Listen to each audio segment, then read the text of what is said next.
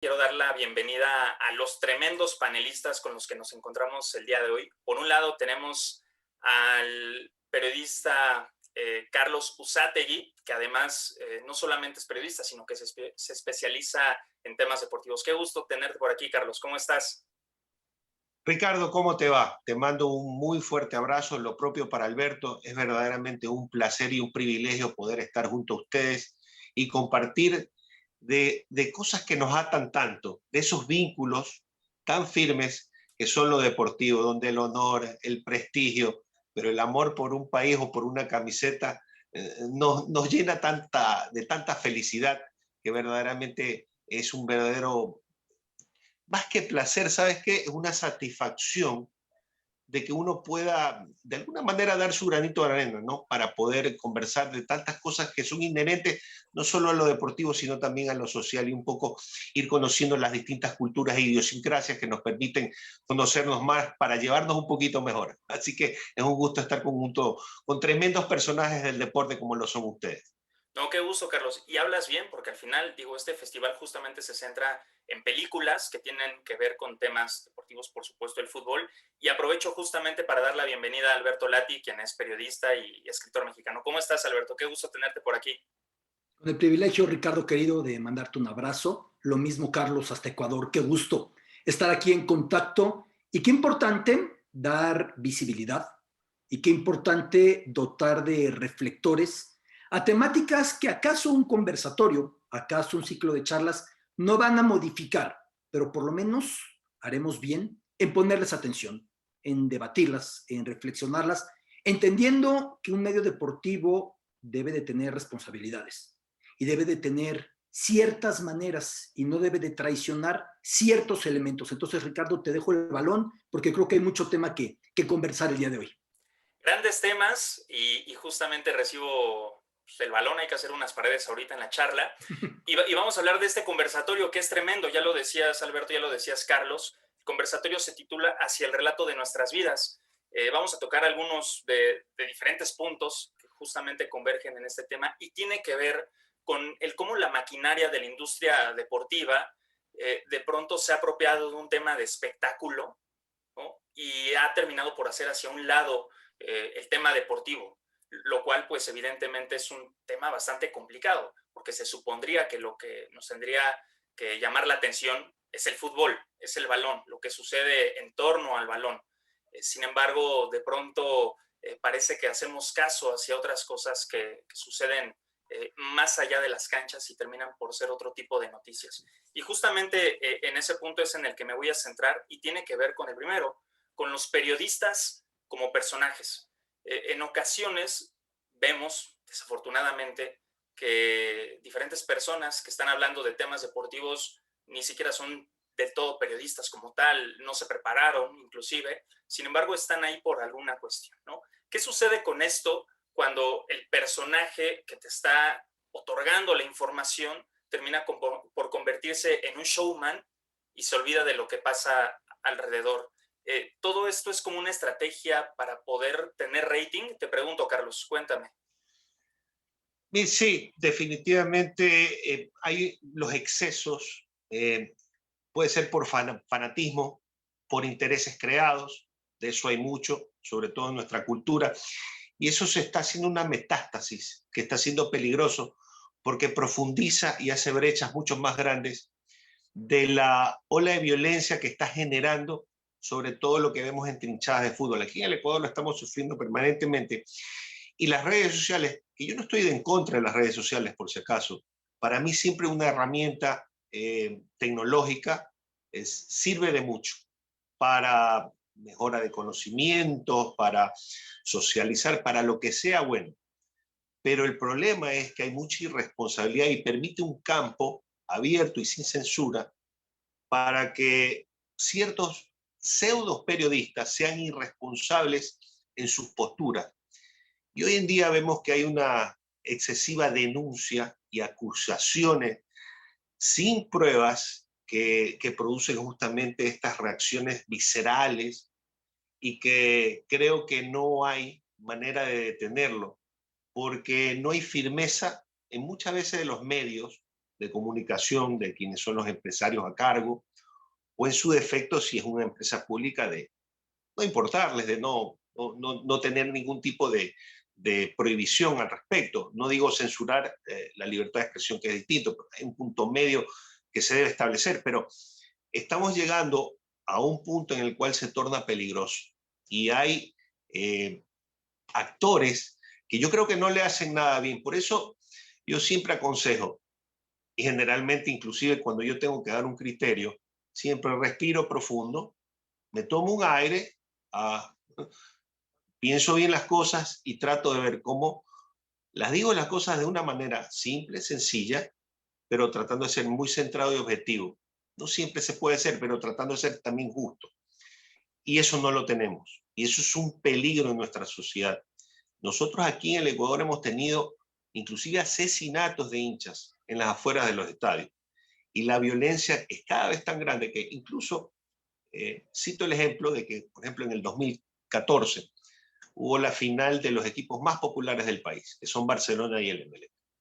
Se lo tuvo que jugar sin hinchada visitante, porque ya no se podía, como antes.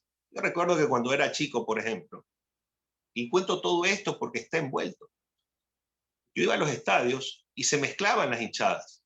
Hoy ya no se puede hacer eso. Y me parece que hay ciertos actores, como les decía, que están siendo incidentes en poner un fuego a esa hoguera para que explote socialmente la gente. Entonces, a la larga siempre es preferible ser muy profesional, prolijo, siempre ser muy responsable en una noticia que vayas a filtrar, que tengas conocimiento, siempre tratando de respaldarlo y cruzando mucha información, porque hasta en eso, hasta en una información, una noticia, puede determinar algo en que resulte peligroso o en detrimento para alguien. Entonces, hay que ser muy fino, siempre diciendo la verdad, siempre frontal, pero con respeto. Y eso a la larga premia más, porque puede ser, para mí en lo personal, muy pasajero aquellos que por show o por rating, ya contestándote tu pregunta, Ricardo, que eso temporalmente puede ser un suceso, pero no sirve. Y la gente tarde o temprano se da cuenta que ese es el camino equivocado. En ese sentido, ¿cuál es tu perspectiva respecto a la misma pregunta, Alberto? A ver, Ricardo, sobre todo entender una cosa. Yo estoy de acuerdo en los personajes. Yo estoy de acuerdo que para tener cierto poderío narrativo, cierto nivel de correspondencia con la audiencia, el engagement, por ponerlo en el término anglosajón que ha entrado buscando sustituirlo todo, entiendo que el personaje funciona muy bien, pero el personaje tiene que ser una consecuencia del qué. El quién nunca sometido al qué. El quién nunca anteponiendo al qué. Pensar que lo que yo opine del título del Cruz Azul puede ser más importante que la coronación del Cruz Azul es absurdo. Me destierra completamente de la lógica de un medio de comunicación y de mi lógica como periodista, como comentarista, como analista y como demás. Pero cuando pensamos que lo que yo diga o que lo que yo haga o que lo que yo piense o con lo que yo me encapriche puede tener mayor relevancia, ahí empezamos mal. ¿Qué pasa? Sí. ¿Que no es de ahora? No, no es de ahora, ¿eh? Lo que pasa es que ahora tenemos una amplificación muy particular con el esquema de redes sociales y con tantas plataformas y con tantas voces que de ser demasiadas, en ocasiones transforman lo que fue un monólogo antes del medio tradicional hacia el público en una red de voces que no se escuchan. A más estridencia de cada cual, mejor.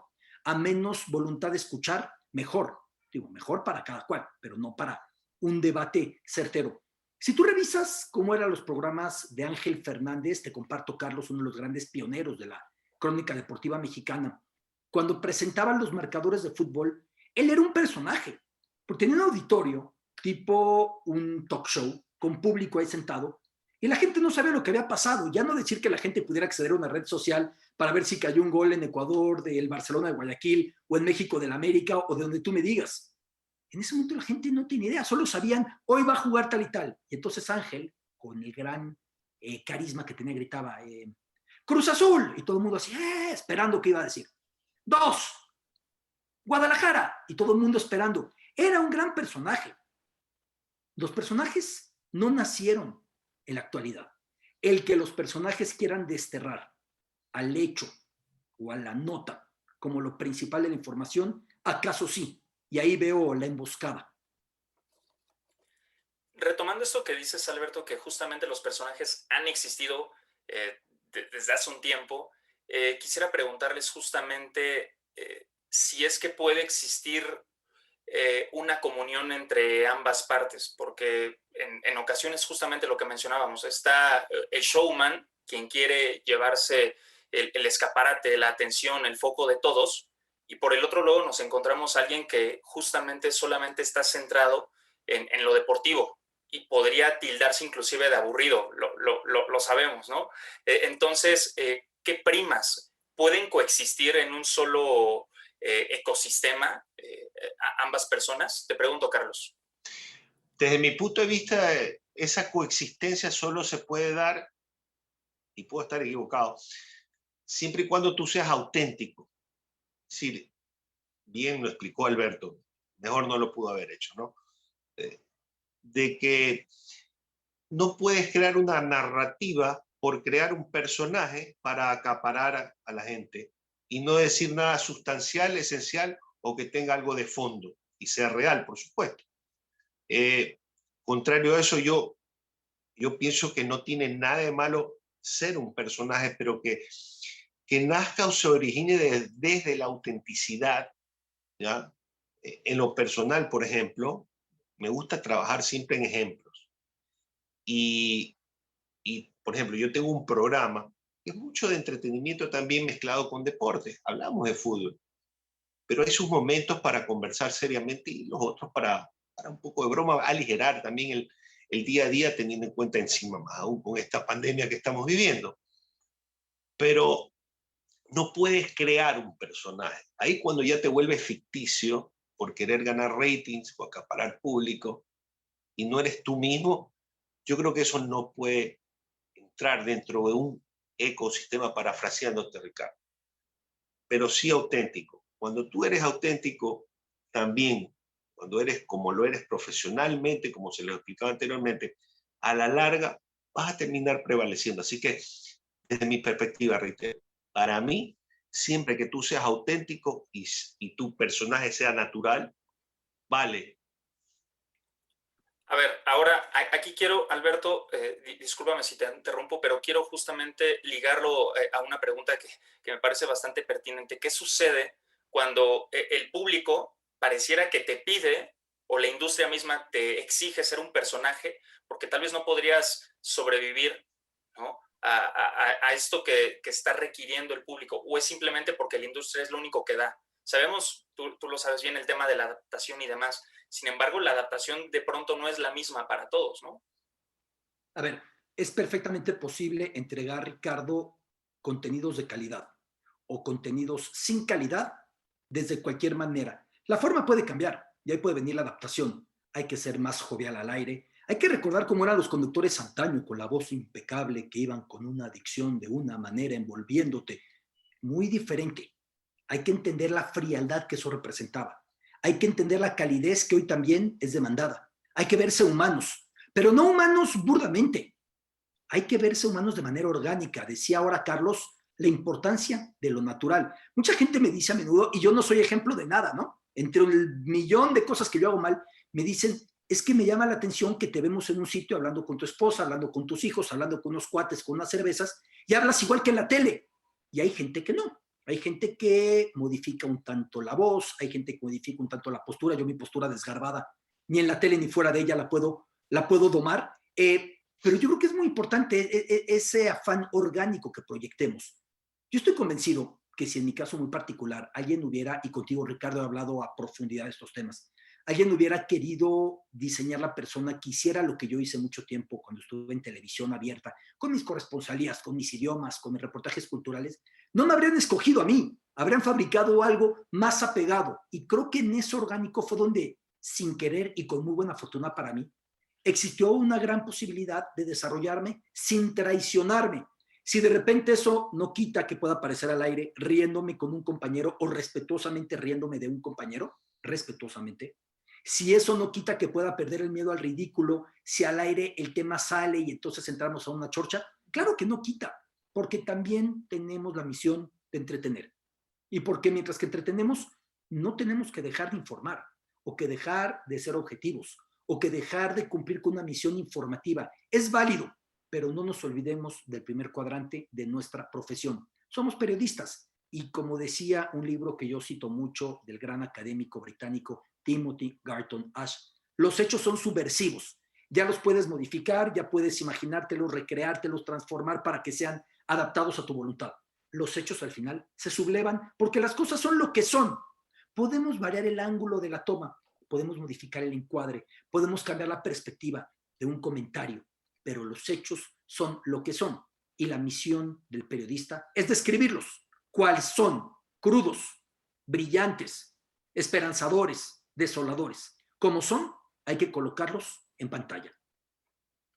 Carlos, aprovecho también para preguntarte, en este sentido y en este caso de ejemplos que tú has citado, ejemplos vividos, ¿no? Tus experiencias, ¿qué tan complicado también en ocasiones resulta solamente pensar en el aspecto deportivo? Porque hablábamos hace unos instantes de este balance, ¿no? Entonces, de pronto no podemos solamente estar haciendo análisis, no solamente podemos estar contando historias. En ocasiones también, desde esta autenticidad que tú comentabas, tenemos que convertirnos de manera consciente o inconsciente, porque a veces también sucede así, en este personaje. ¿Te ha pasado que tú te das cuenta en tu trabajo, híjole, estoy diciendo tal vez, no porque sea malo el trabajo, sino demasiado plano, porque no eleva tal vez un sentido de emoción?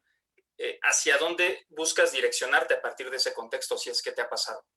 Tú sabes que, claro, yo creo que a todos nos pasa y muchas veces tiene que ver con quienes interactúas.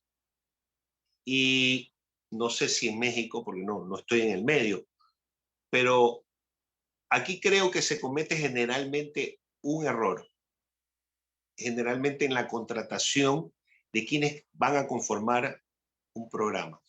Y generalmente se elige como que si fuera o pensando en que este me gusta, es bueno, es bueno, es bueno. Hay una calificación de cada uno que es considerablemente alta y vamos a traerlo. Pero no se analiza las características, los perfiles, quiénes pueden ser contradictorios, sin llegar al show, pues no, o a la, perdóneme la expresión, la payasada, y llegar a ser un programa burdo. Pero digo, manejar la manera en cómo exista una química entre esos integrantes.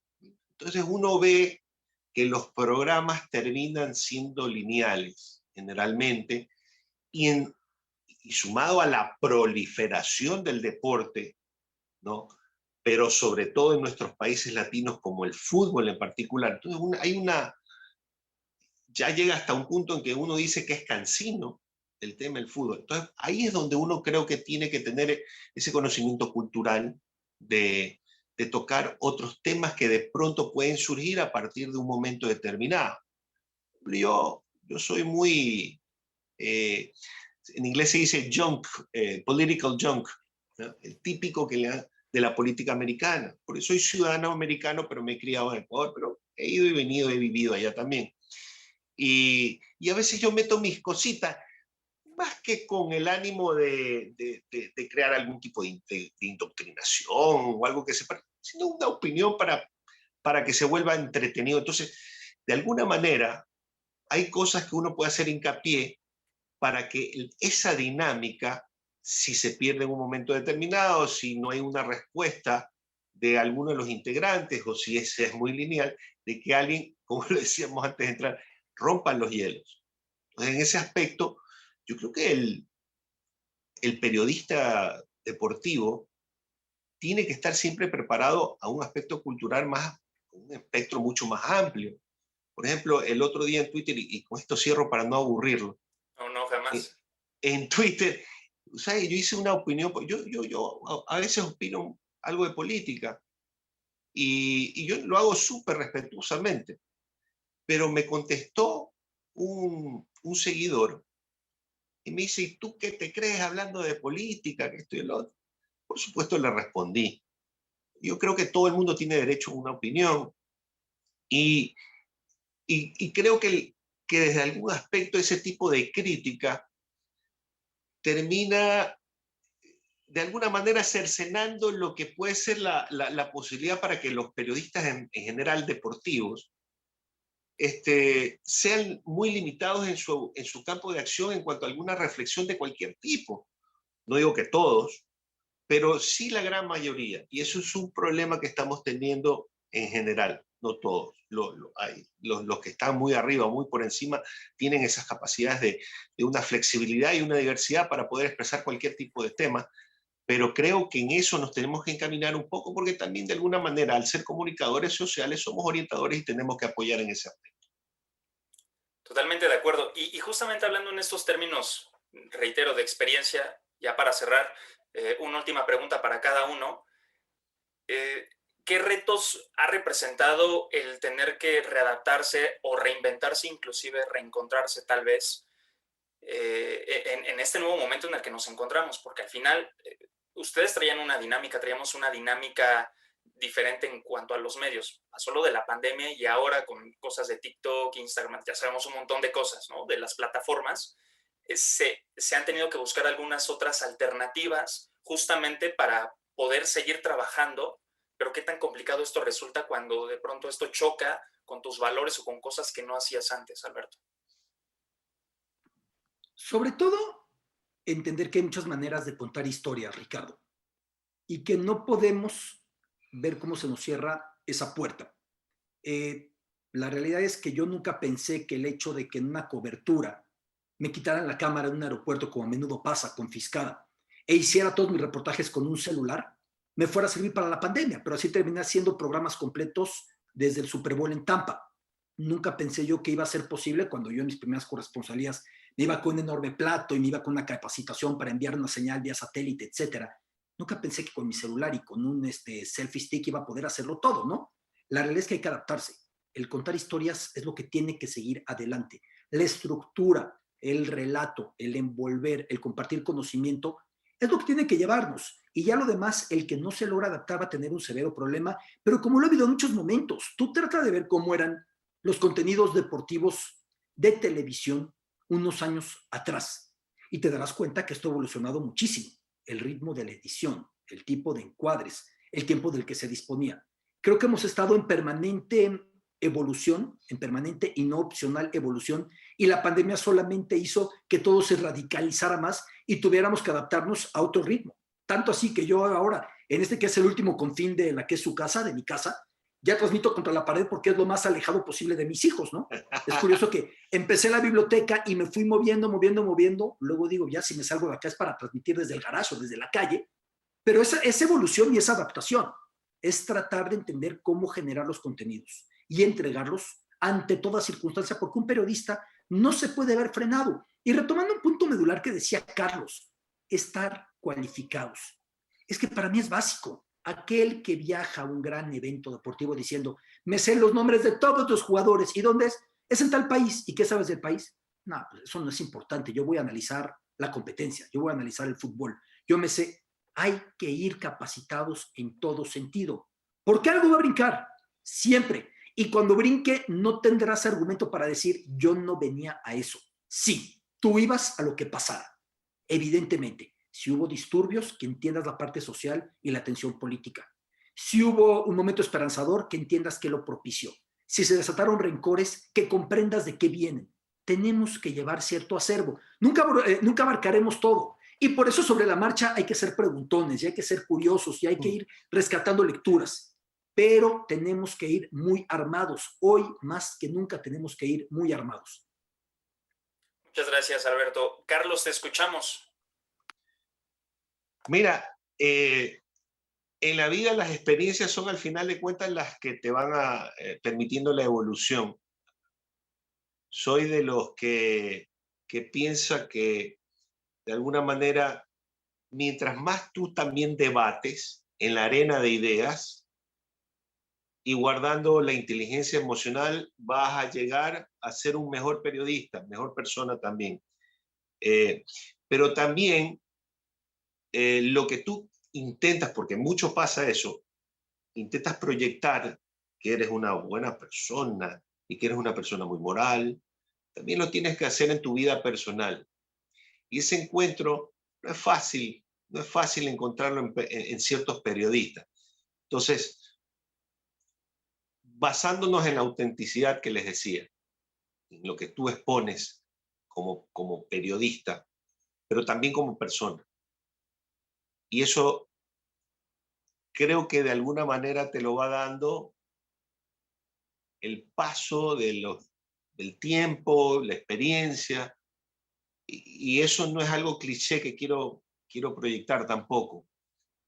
Pero marco que en mi vida, por ejemplo, yo que empecé tarde el periodismo, empecé en el 2009, recién a los 39 años de edad, y empecé en Miami, en Radio Caracol Miami, es una empresa colombiana.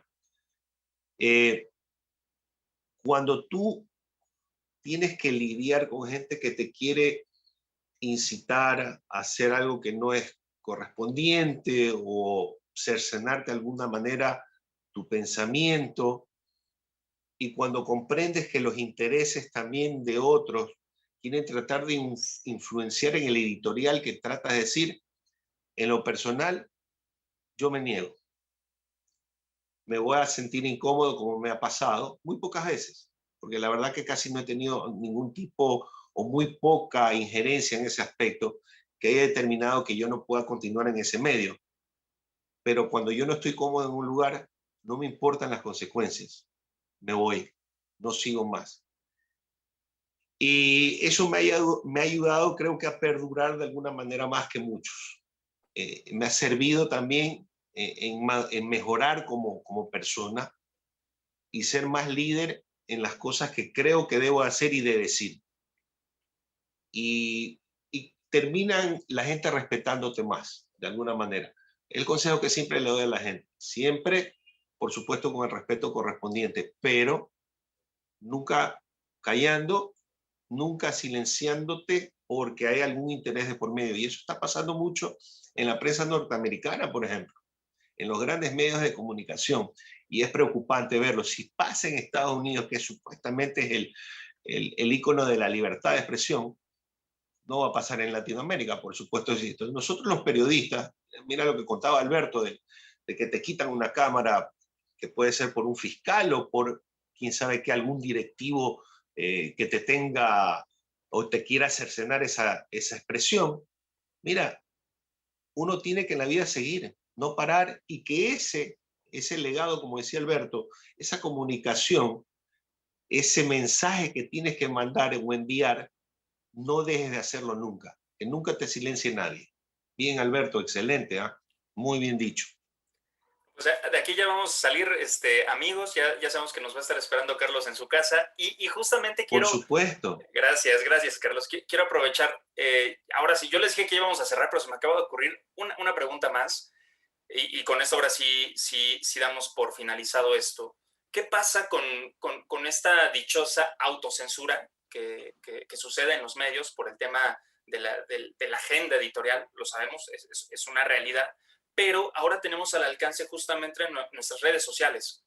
Nuestras redes sociales nos permiten poder explayar pues otro tipo de comentarios que de pronto tal vez no podríamos hacer en otro lugar. Por supuesto, a sabiendas, ¿no? que es un tema de índole personal.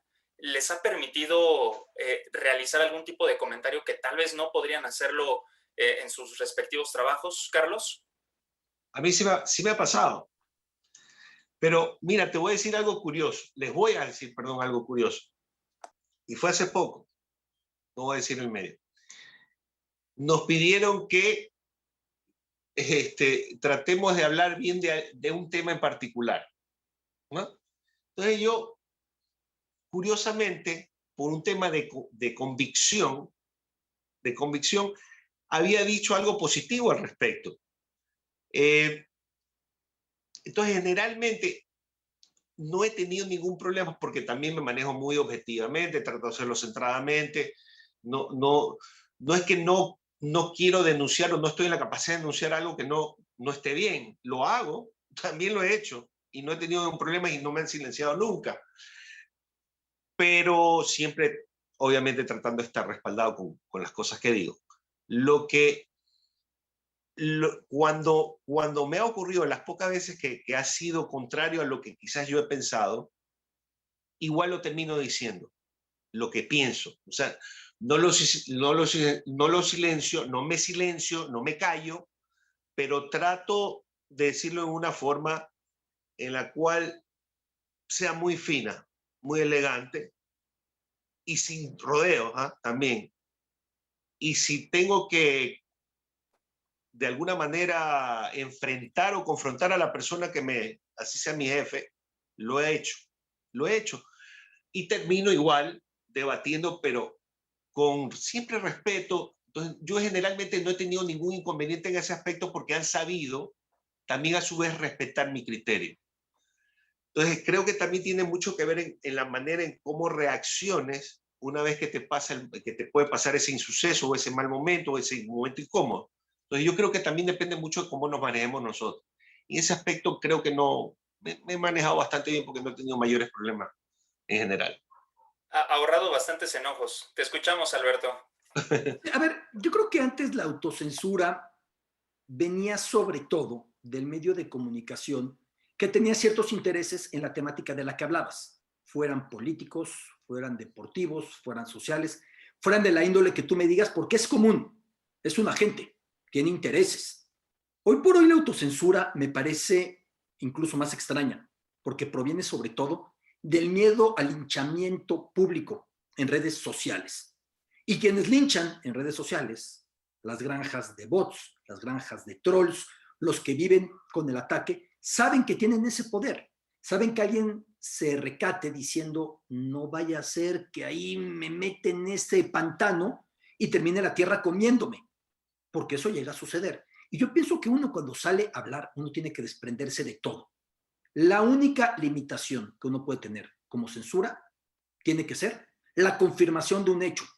Si das por cerrado algo que no está cerrado, si das por confirmado algo que no se ha confirmado, evidentemente ahí vale la pena antes la autocensura que esa forma de tiempo que tanto repele me genera en los medios. Él estaría, llegaría, se contrataría, se traspasaría, etcétera, etcétera. Habría amañado, habría robado, habría...